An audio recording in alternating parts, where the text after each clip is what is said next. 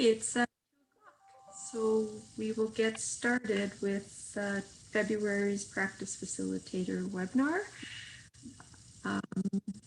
The audio has been muted on everybody's to help with silencing everyone. If you need to chat, you can chat in the chat box and somebody will try to help you out. We would like to recognize that we are webcasting from and to many different parts of Alberta today. The province of Alberta is located on Treaty 6, 7, and 8 territory and is a traditional meeting ground and home for many Indigenous peoples. Next slide. We are recording this webinar today for quality and training purposes. It would be on the Secure Act. Hi, Sarah. Thanks for calling me back. I was just calling about that Q5D. And people, please mute if you aren't muted.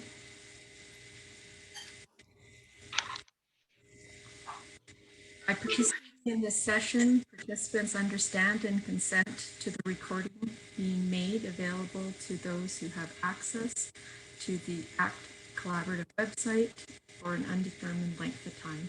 Next slide, please, Leanne. I'd also like to show our slide with our vision. Our vision is every practice facilitator is supported to facilitate implementation of the patient medical home.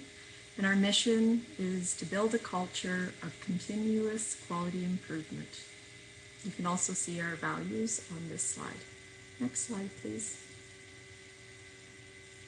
So we'd like to get everyone who is joining us today to mark down where they are coming to us from today by using the annotation feature at the top of your page.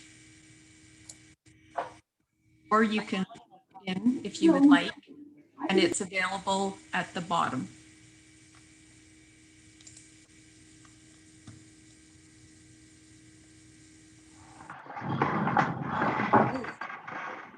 And we're getting some feedback from some people, so I don't know if everybody can please check to see that they're on mute if they're not presenting.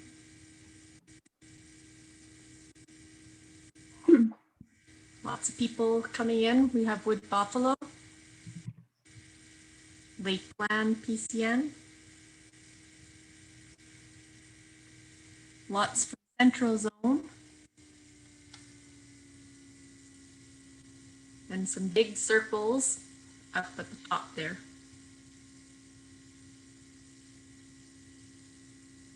Okay, great.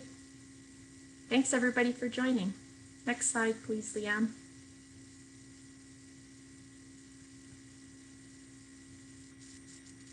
So today's webinar will focus mostly on patient medical home in the health neighborhood section of the practice facilitator competencies.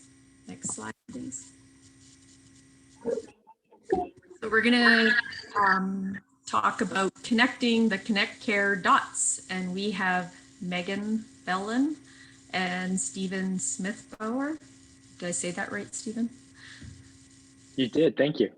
Great, joining us today. So I'll turn it over to the two of them. Thanks. And you can just ask Leanne to advance your slides. Thank you. Next slide, please. Maybe we'll just hit to the next one after that. Fantastic, thanks so much. So before we get started, I'll just take a minute to introduce myself, and I'll ask Stephen to do that as well. Again, Megan Belland, I'm a Director for Governance and Planning with the Provincial Primary Healthcare Team in Alberta Health Services. Have spent about 10 years in this program, probably closer to 8 or 9, somewhere in there, and have had an opportunity to work across the province with a number of the primary care networks and specifically with the zones and supporting the governance relationship. So today we'll share a little bit about Connect Care and what this means for PCN, specifically for physicians in their clinics. But before I do that, I'll turn it over to Stephen and have him introduce himself as well. Hi, everyone. I'm Stephen Smithbauer. I'm a senior consultant with the Provincial Primary Healthcare Team. I work very closely with Megan. And one of the roles I have with the team is to make sure that the community, the non-AHS community, has a voice in Connect Care and understands how Connect Care impacts them. So I sort of sit on both sides of the fence. I advocate on behalf of primary care to AHS, and then I come from AHS into primary care to help dispel myths and share information and make sure that the transition to Connect Care is not just smooth, but benefits everyone as much as possible. So thank you very much for having us here today. Awesome. Thanks, Stephen. So we'll get started on this slide. So Connect Care is, as folks know, a provincial AHS initiative that bridges information, healthcare teams, and patients. So Connect Care is a common clinical information system. It's a CIS that is being developed in partnership with Epic. Connect Care will replace many of the over 1,300 health information systems currently in place across AHS and its affiliated organizations to create a single access point for health information. Next slide, please. So Connect Care is, as I said, a provincial AHS initiative. It will create a more seamless health information network, as I mentioned earlier. Physician users who have appointment and privilege with AHS Medical Affairs will have access to Connect Care when they are seeing patients in AHS facilities. However, we also need to do a little bit of myth busting. So that's why we really were excited to have this opportunity today. So we've heard that some physicians may not be participating in CI-CPAR because of a misunderstanding that they will get Connect Care in their community primary care clinic. This will unfortunately not be the case. We need to be clear that Connect Care is complementary to NetCare and CI-CPAR, and AHS strongly encourages the adoption of CI-CPAR. Next slide, please. So what can community physicians do to engage in Connect Care? So Connect Care Provider Portal is a web-based application connecting AHS to external community partners and practices, improving the continuity of care for patients as they move through the healthcare system. The Connect Care Provider Portal allows physicians read-only access to see information about patient journey in AHS. So when is all of this happening? Next slide, please. And the answer to that is now. We'll move to the next slide. So we are in the implementation phase. Wave 1 was completed and starting November 3rd, 2019 and rolled out over a few months. Wave 2 occurred last fall, starting on October 2020. And Wave 3 is scheduled currently to occur in the North Zone beginning on April 10th of this year. And that will impact labs and DI. Next slide, please. So you might ask why primary care physicians should be bothered at all with Connect Care. The main reason is that to be able to order and then receive tests in Alberta, all providers will require Connect Care identifiers or IDs. This includes non-AHS providers, so it's imperative that primary care physicians have the IDs to support continuity of care for their patients. And on that note, I'm going to turn this over to Stephen to describe those IDs, the Connect Care IDs, where to find them and how to use them in much more detail. Thanks, Megan. Can we move to the next slide? Okay, Connect Care identifiers. Now, before I jump in, I just want to say that the next several slides were created originally to be a bit of a package that we'd like to share with the community, with PS across the province. We're not 100% ready yet. We're still putting on the final touches. So what you're seeing here is a bit of an early preview, but this is perhaps the most important Connect Care readiness piece of information that we can share out with community providers. And so we really appreciate the opportunity to be able to speak with you about this today. Next slide, please. So what we're going to cover is what are Connect Care IDs? How do I get my Connect Care IDs? How do I use them? And that will involve new updated lab and DI requisitions. And then at the end, there's a bit of a plug for EDelivery. For those of you who aren't aware of it, EDelivery allows you to get lab and DI results directly into your clinic's EMR. So we'll cover that a little bit later. Next slide, please. So what are Connect Care identifiers? Current state, so where there is no Connect Care, we have a variety of different lab systems across the province. So in Edmonton, prior to wave 1, that was SunQuest. And in Calgary, today, we have a piece of software called Millennium.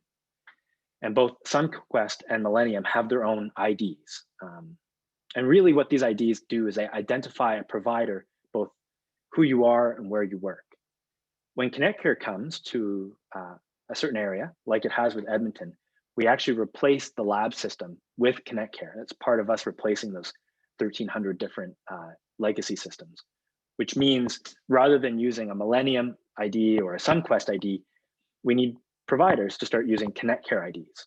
And even though they're called a Connect Care ID, these are really meant for community providers. So anyone in the community, a nurse, a physician, a pharmacist who can order labs or DI, we need you guys to start using these IDs so we can figure out where to route these results back to. Next slide, please. So there are three three IDs that need to be utilized. The first is a provider ID. This is a unique identifier, kind of like a PRAC ID, though it does not replace PRAC IDs, but a unique identifier that says who you are as an ordering provider.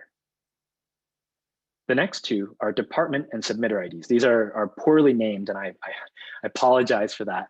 But really what they mean is department ID is the location from which diagnostic imaging is being ordered from, and a submitter ID is the location where a laboratory test is being ordered from. And you would use either department or submitter, depending on the test you're ordering. These identify the actual location that the result needs to be routed back to. So going forward with Connect Care on our lab and DI requisitions, what we need to do is ensure that there's a combination of the provider ID and then either the department or submitter ID on those requisitions. That tells AHS where to route the result back to efficiently and effectively. Next slide, please. So when should you be using these IDs? Well, I mean, as soon as possible. If you have them, please start using them. If you're in the Edmonton area, if you're ordering from DynaLife or APL in Edmonton, you probably are already using these IDs. This was part of the change management process we had back last November, November 2019. But if you haven't started using them, we highly, highly, highly recommend that you begin doing so. Our labs will always process lab requisitions that we receive, but the problem is when there isn't a Connect Care ID on there, we actually have to get our data entry staff to manually rewrite the requisition, and that can be slow and error prone. So by ensuring that your Connect Care identifiers are on your requisitions, that's the fastest way and most accurate way for us to get test results back to you as providers, or to the providers that you guys support as PFs. One of the reasons we want to talk to you about this today is that wave 3 of Connect Care is coming up pretty quick. That'll be April 10th, 2021. Wave 3 primarily impacts the North Zone, and we are actually switching the laboratory system over in the North Zone. So for those PFs who are here today working in the North Zone, I would ask that you share this messaging with the clinics that you guys support, with the providers that you support. There are new Connect Care identifiers. I'll get into how we sent those out in just a moment, but there are new Connect Care identifiers. And the sooner you begin using them on your requisitions, the smoother the whole switchover process will be on April 10th. Next slide, please. So how do I get my identifiers? So you know how I mentioned earlier that this is supposed to be a package that we're going to send out. So unfortunately, I can't click on these links here for you, but we'll make sure we get this sent out via email afterwards. There are a few ways. We have mailed out identifiers to a large number of providers across the province. So you may already have them. If you think you should have received them, and there's a bit of criteria I'll get into in a moment. If you think you should have received them and you haven't yet, we have an email address that you can reach out to we'll support you in making sure that we get you those IDs. And if there are any issues, we'll get those sorted out for you. There's also a PDF that we've created. It's been circulated provincially through the AMA and the CPSA, but we'll circulate this again. that gives sort of a bit more of a detailed view of what are the IDs and where do I need to use them. It's a sort of a FAQ or a one-page cheat sheet. We'll make sure that that's available for everyone here as well. Next slide, please. So if your clinic uses EDelivery, it's a bit of a special case on how you get your IDs. And for those of you who aren't clear on what EDelivery is, it's a system that allows you to receive lab and DI results directly to your clinic's EMR. Some PCNs have them, and many member clinics use EDelivery. If the clinic you're supporting is on EDelivery, then we have worked with your EMR vendor to make sure that your Connect Care IDs are actually already loaded into your EMR. And the EDelivery team has probably either called or emailed you to confirm which providers are working at your clinic. For EDelivery, this is really important. The way EDelivery works is that it tries to match a provider to a clinic when we go to route results.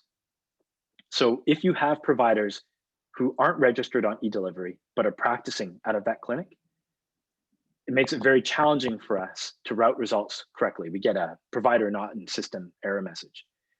Where we really run into problems with this is with locums, short-term locums.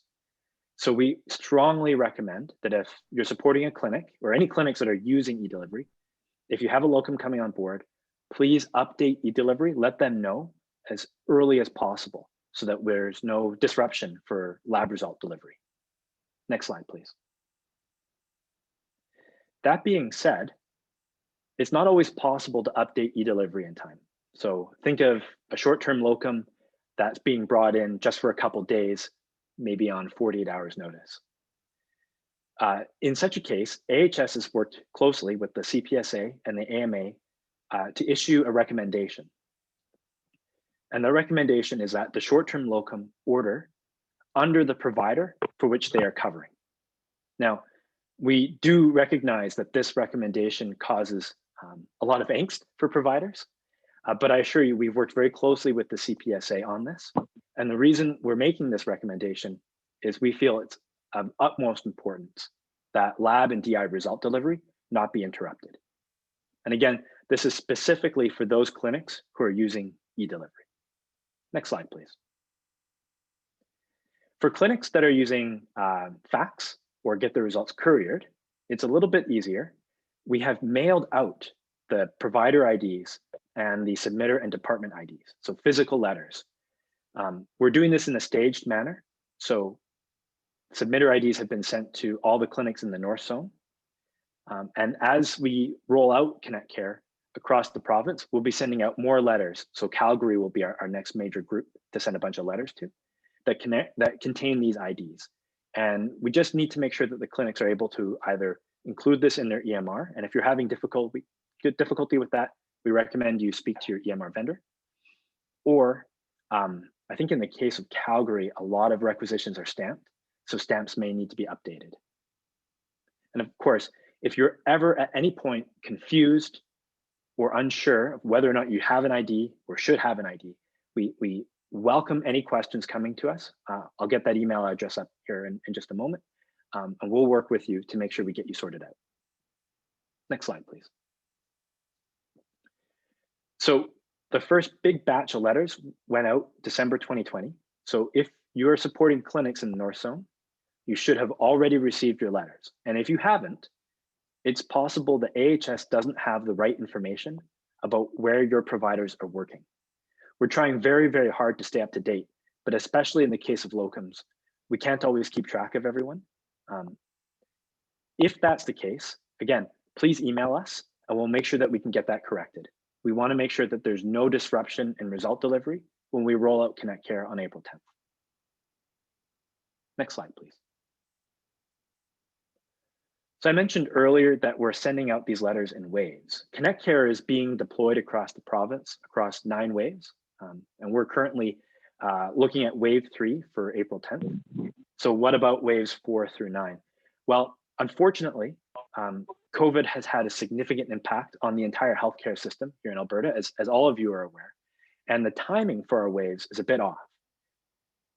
I don't have up-to-date dates to share with you just yet, But as soon as those dates for the remaining waves are updated, we will make sure that we share that out with everyone here and through all our other channels. So the AMA will be sending out through their letters, as will the CPSA and so forth.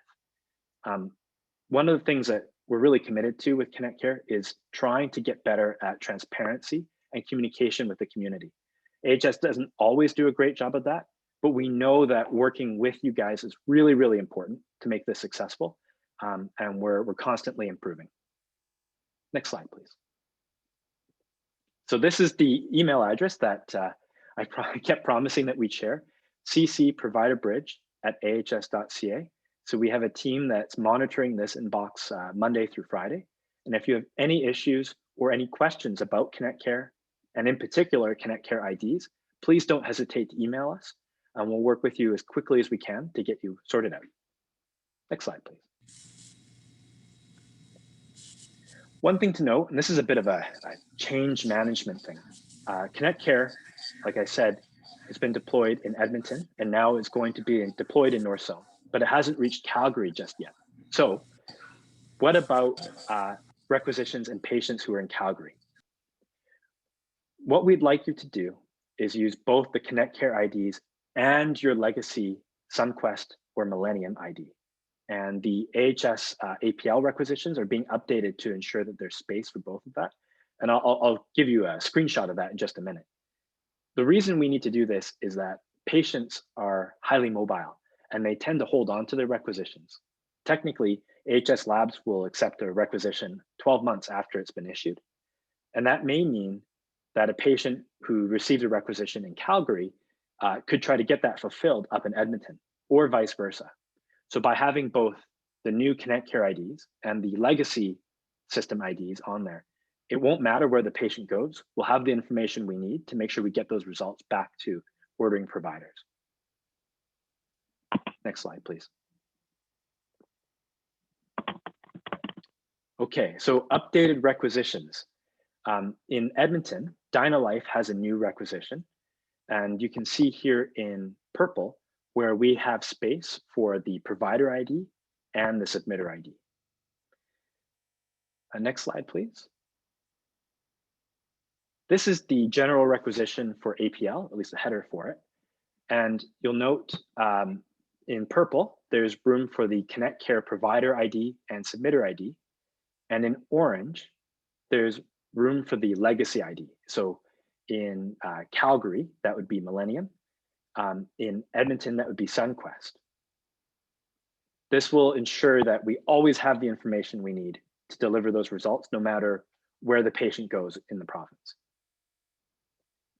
I should have said this earlier, but there's also a link on these slides when we send them out to the individual labs websites, where you can actually download the requisitions directly from them. So if you ever need to verify whether or not the clinic you're supporting has the right requisition, you'll be able to go to the source of truth. Next slide, please. For AHS-DI, this is another example of our requisition. And there's room here in the red circled area for provider IDs and the department ID. Next slide, please. Okay, EDelivery. So I said I was going to give a little bit of an advertisement for EDelivery. One day, we would like to axe the facts, as it were, but we're not there yet. So as part of the transition, we want to make sure everyone is aware of EDelivery. EDelivery is a service that is provided jointly between Alberta Health and Alberta Health Services.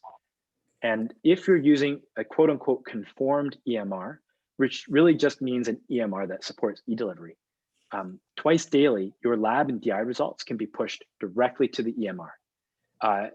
And those who use EDelivery love it. It's great. Way less paperwork. There aren't delays on receiving these results. And it also helps AHS ensure that we can get results to the right provider very, very quickly. If you're interested in EDelivery, highly recommend you check out our EDelivery website. And there's more information there about how it works, which EMRs are supported, and then resources if you're interested in signing up on where you can go. And there's also an email address you can reach out to if you ever need any kind of support. Next slide, please. Here we have just some more links for general information about EDelivery, Connect Care, and CII CPAR. In particular, we have a website here in the top left, ahs.ca/cc provider bridge. This is a site that we work with the AMA and the CPSA on to develop resources for providers in the community about Connect Care. So most of the information that I've shared with you today is available in FAQs on that site. And every time we have new updates, we make sure to put it on that site right away. So if you're ever wondering what the current state is for Connect Care, please visit the CC Provider Bridge, and there are resources there available for you. Thank you. Thanks, Stephen. There's a couple questions I think I want to make sure that folks have answered. So Anne, I believe that Sheena included the link to the connection, the CIC PAR Connect Care connection. And let us know if once you have a look at that, if you still have any questions, happy to connect.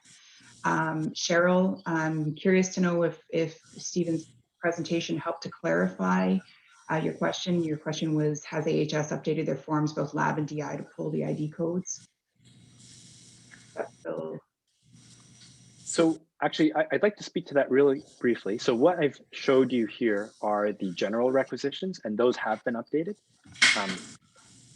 Some astute members in the community have noted that some of our less commonly used requisitions, so microbiology is the big one, have not yet been updated.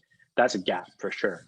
We're currently in discussions with the microbiology team to make sure we get that requisition updated and out into the community as quickly as possible. So we're still in a bit of a transition space as well.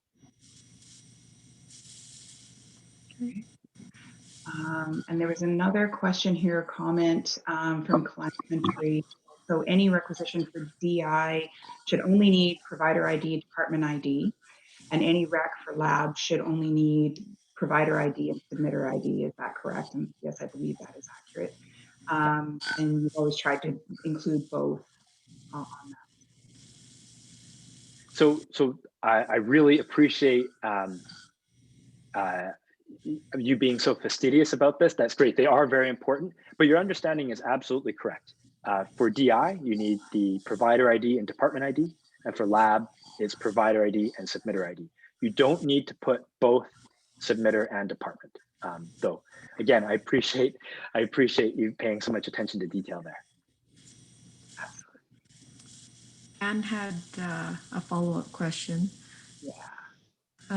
What has been the promotional and educational campaign for Calgary zone physician managers? Great question. So as you might be hinting at, we have focused to date, we have focused pretty heavily on Edmonton and North zones, but Calgary is coming up. So we work with the Calgary and Edmonton associations for clinic managers. And of course, we work with the AMA to reach out provincially with provincial communications. We have a bit of a working group here at AHS that is co-chaired by the AMA, where we have several Calgary area providers coming to both give us advice and also help us connect in with Calgary area PCNs. And so we will be kicking that up a notch pretty shortly here. Just a second, it's just the same where we recorded. Okay. Oh, then, yeah. I'm not sure if that's a question or somebody's not on mute there, sorry. Selma had a question about training for panel coordinators that support family physicians currently on Connect Care. I have been having a problem getting panel coordinators on it and get the appropriate training. Is that something you can answer, Steve? Yeah, well, I know of the issue. I can't offer an answer today, other than this is something that has been escalated fairly high within Alberta Health Services. So we know that there's a gap here, and we're trying to figure out the best way to enable panel managers and panel coordinators to interact with Connect Care so that you can continue to support those clinics. The Linwood Clinic in Edmonton is one of our I guess early adopters are really helping us navigate some of these issues. Once we have a confirmed process in place that we can deploy across the province, we will make sure to advertise that and share that with you. So my hope is that today is not a one-time deal, that we can continue to come back and share more information as we figure these things out with you.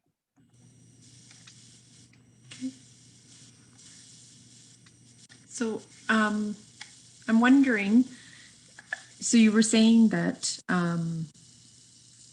like physicians in the rural areas and Connect Care.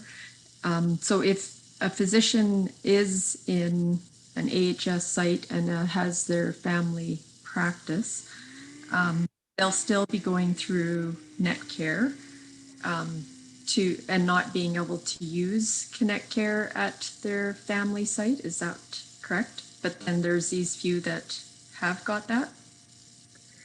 So yeah, it's nuanced for sure. For a provider that has an AHS appointment at a site that is live on Connect Care, so lots of ifs, they can access Connect Care, through Hyperspace, which is a web-based link. So technically, they could log in their community clinic on that computer to look up information. The key differentiation, though, is that is AHS's legal record of care. So as opposed to the EMR at that clinic, which is that provider's legal record of care, there is a disconnect. And then, of course, that provider staff, and then in particular PCN support staff, won't have access to Connect Care.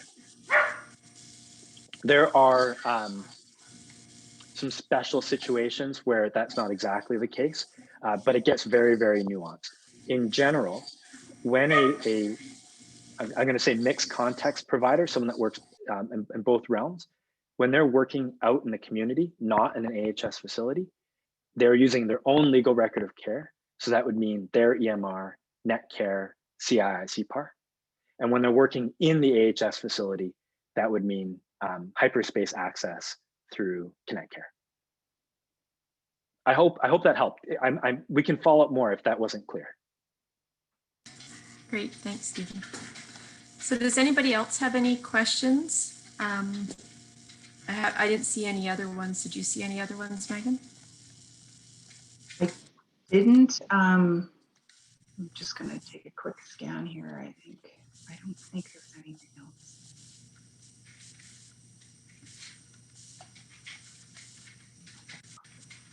If there's any other questions, Stephen and I are always happy to answer those and connect in either one-off or, like you said, there's the Provider Bridge email. So do link in there, and as he shared, we have somebody manning that email bridge 5 days a week, so Monday to Friday, and we'll respond as quickly as we can with any questions that come. There's one that just came up. Yeah. Anita has been hearing that certain referrals have to go through Connect Care. So there has been a lot of confusion about referrals. Absolutely. The rule, as I understand it to be, is that referrals that are created within AHS sites must be done in Connect Care. Referrals that are created in the community that go into an AHS provider, those should be accepted as per usual. There shouldn't really be a change in the process. If anyone is encountering difficulties around that, please let us know. And then we can work with you on a case-by-case basis to get things sorted out. But my understanding is that there should be no disruption with community-based referrals. So Megan or Stephen, if somebody has questions for you, which email should they be emailing you at? So there's the CC Provider Bridge email that's on the screen, and these slides will be shared out. But certainly, and I'm happy to share, Stephen, your email address and my email address so that folks can email us directly within our. Yeah, I see here, Anita, if you could email me directly, and Megan will share that. Let's have an offline conversation and let's get that figured out for sure. And Lori, I see here you have a question. Am I right to assume that EDelivery used by Connect Care is the same EDelivery system used by CII CPAR? So I want to clarify, EDelivery is totally separate from CII-CPAR. EDelivery is a way to receive results directly to your EMR. And it's the same used by ConnectCare as by our legacy Millennium systems. So from an end user perspective, it doesn't really matter, as long as you're using those ConnectCare IDs, it doesn't matter what the backend system is. CII-CPAR is different in that it's really more about continuity for the patient journey. So you can get notifications when a patient has been admitted or discharged from an AHS facility, for example, and that is not functionality that EDelivery offers. So they're very different systems. Well, and I wonder, Stephen, I mean, so Lori, fair question, because I know myself and all of the different terms that we have nowadays. I made the mistake of e-delivery and e-notification. So CIC-PAR being e-notification are received through the CIC-PAR system. And so just to make sure that those are distinct and clear, maybe that might be the question. I'm not totally sure. Perfect.